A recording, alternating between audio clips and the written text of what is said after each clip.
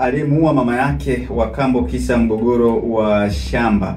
Na hii inasema jeshi la polisi mkoa wa Mbeya linamshikilia Tatizo Yohana Mzumbwe, mkazi wa Masoko mkoani Mbeya kwa tuhuma za mauaji ya mama yake wa kambo aitwaye Mary Yohana, miaka yake 61, aliyekuwa mkazi wa Masoko kwa kumkata na panga kichwani. Akitoa taarifa hiyo, kamanda wa jeshi la polisi mkoa wa Mbeya Saspi Benjamin Kuzaga amesema mtumiwa alitenda tukio hilo Oktoba 6, 2025 saa 2 asubuhi huko katika kijiji cha Mapinduzi, kata ya Masoko, tarafa ya Isingati mkoani Mbeya, kwa kumuua Mary Yohana ambaye pia alikuwa mkazi wa Masoko aliyekuwa mwenye ualbino.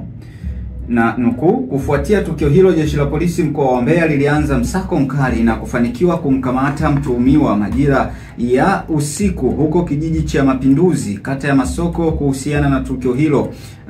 Amesema hivyo kamanda Kuzaga na kueleza chanzo cha tukio hilo. Anasema uchunguzi wa awali umebaini kuwa chanzo cha tukio hilo ni mgogoro wa kifamilia kuhusu mashamba, ambapo mtuhumiwa alikuwa akimshinikiza Mary Yohana ambaye kwa sasa ni marehemu kugawa mashamba ya urithi yaliyoachwa baada ya baba yake kufariki. Jeshi la polisi mkoa wa Mbeya linatoa wito kwa baadhi ya vijana kuacha tamaa ya kutaka kujipatia mali kwa njia zilizo kinyume na sheria. Uchunguzi unakamilishwa ili hatua nyingine zichukuliwe dhidi ya mtuhumiwa kwa mujibu wa sheria. Ngoja tumsikilize hapa kamanda, pia tarejea kwa ajili ya sisi pia kuweza kuzungumza kwenye tukio hili. Sababu nacheka ni mazuri, lakini matukio ya unyanyasaji wa kijinsia especially yanayofanywa kwa watoto ni matukio ambayo yapo karibu kwenye kila tamaduni hapa duniani, na tuseme ni tamaduni nzuri, lakini yapo karibu dunia nzima. Na kitu ambacho kinashangaza ni kwamba tunasikia, tunaonyeshwa, muda mwingine tunaona, na madhara yanaonekana wazi kabisa kwenye jamii, lakini bado kuna watu wanaothubutu kuendelea kufanya hivyo. Na mara nyingi kama si mara zote huwa asilimia kubwa matukio haya kwa namna tu lazima kuna imani za kishirikina zinakuaga. Sijawahi kujua kuna uhusiano gani hasa, lakini mara nyingi sana ukisikia tukio hilo, ukifuatilia kwa undani utasikia baba aliambiwa na mganga kwamba akimwingilia mtoto mdogo basi mambo yake yatakwenda vizuri.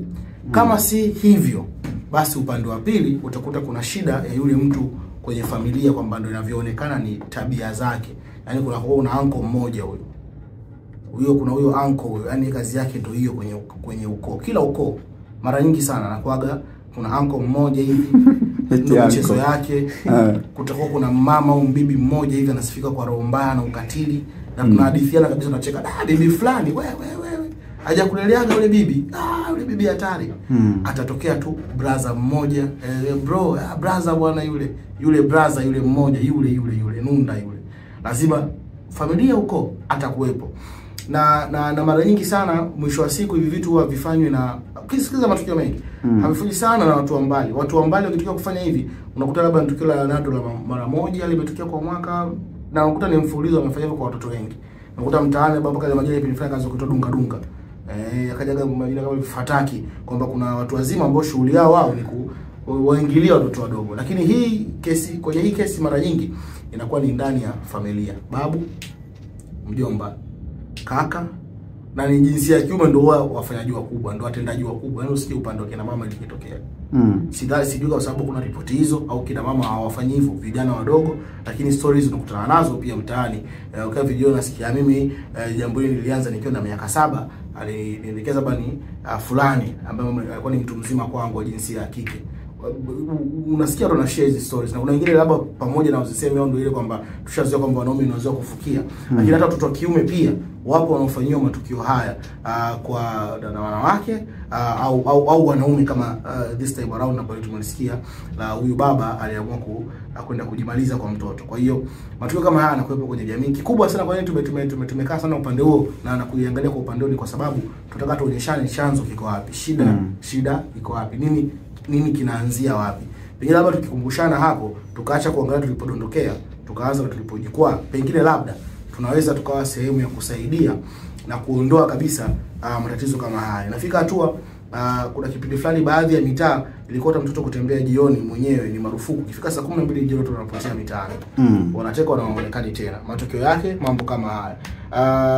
Kwa ujumla tunahitaji kutengeneza mazingira rafiki na ya ulinzi kwa watoto wetu, kwa sababu uwezi amini. Wale tulikuwa tunasema kwamba sisi tutaipeleka nchi yetu mbele. Sio, unaelewa vizuri? Wale tulikuwa tunasema ile maneno. Wale ambao kama ulikuwa ni kundi la watu wanasema mimi nikiwa mkubwa nitapeleka nchi yangu mbele. Kipindi fulani kwa ukisikia pia wanasema vijana ndo taifa la kesho. Ndo taifa la kesho. Sasa kijana unatusikiliza au tunaangaliana, wewe ndo leo sasa. Ndo hii hapa. Ndo kesho yenyewe sasa. Ile kesho kwa wanasema ndo hii hapa. Kesho lobaki ni huyo anayekuwa sasa. Ambaye tunamfanyia ukatili, ulawiti, ubakaji, tunamchoma moto, tunamuunguza, hatumpi elimu, hatumlei, hatumfundishi chochote. Kazi yetu tumekuwa ni kulaumu watoto wa siku hizi bwana. Watoto 2000 bwana.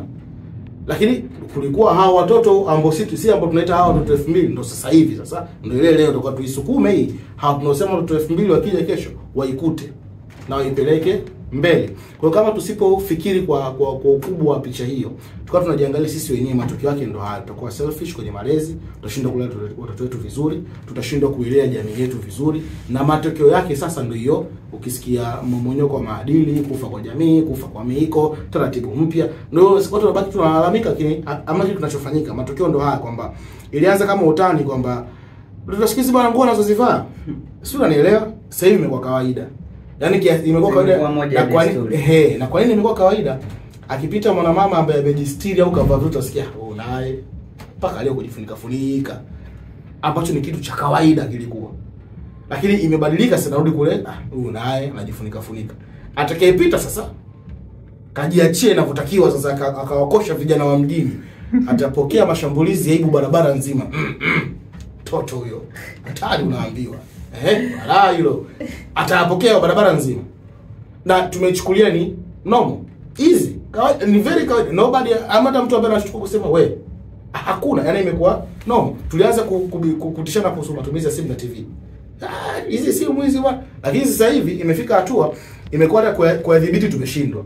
Shule watoto wanaingia na simu, sio shule za boarding, sio za day, wao jinsi kuzificha, kuzitumia wakiwa shuleni, wanatumia kwenye mambo yao mengine hataeleweki, hazina faida yote. Instead sasa badala tungekuwa tuko proactive kwamba kinachokuja tuseme ni kibaya, kinachokuja kipokelewe afu kifundishwe au kitumie vizuri, badala yake tulikuwa ni kibaya tukaguna afu tufanye kitu. Matokeo ndo hadi kufika siku leo. Assume kama tulikuwa tunajua au tunaelekezwa na tunakubali kwamba ukimfanyia mtoto chochote kile kibaya au yote katika jamii yetu ashughulikiwe inavyotakikana. Isitokee tupiane mkono kwenye kifamilia, tuitane kikao cha undugu, tuamalize kimya, au ni mjomba wako, huyu mjomba ni mama, au ni babu yako, huyu ni bibi yako. Yaani hilo isinge kuwepo. Ni kwamba mtoto atakayemfanyia ukatili mtoto, yaani ndio tunamlinda mtoto kiasi siku. Leo hii tulikuwa tuna vijana na jamii aina gani ambao tulikuwa tumeijenga? Obviously ilikuwa ni jamii nzuri ambayo inafanya mtoto anakuwa katika mazingira salama na kupendwa. Lakini matokeo yake sasa vile vitu tumevifanya vice versa. Ndio tumefika hapa tulipo. Kiasi kwamba mtu anaona kumwingilia mtoto wake ni sehemu ya kufanikiwa kimaisha, ni kitu cha kawaida kabisa. Ukifanya yani kwamba Sangoma akasema fanya hii na mtu kabisa very easy, yani haoni kama kuna tatizo sehemu.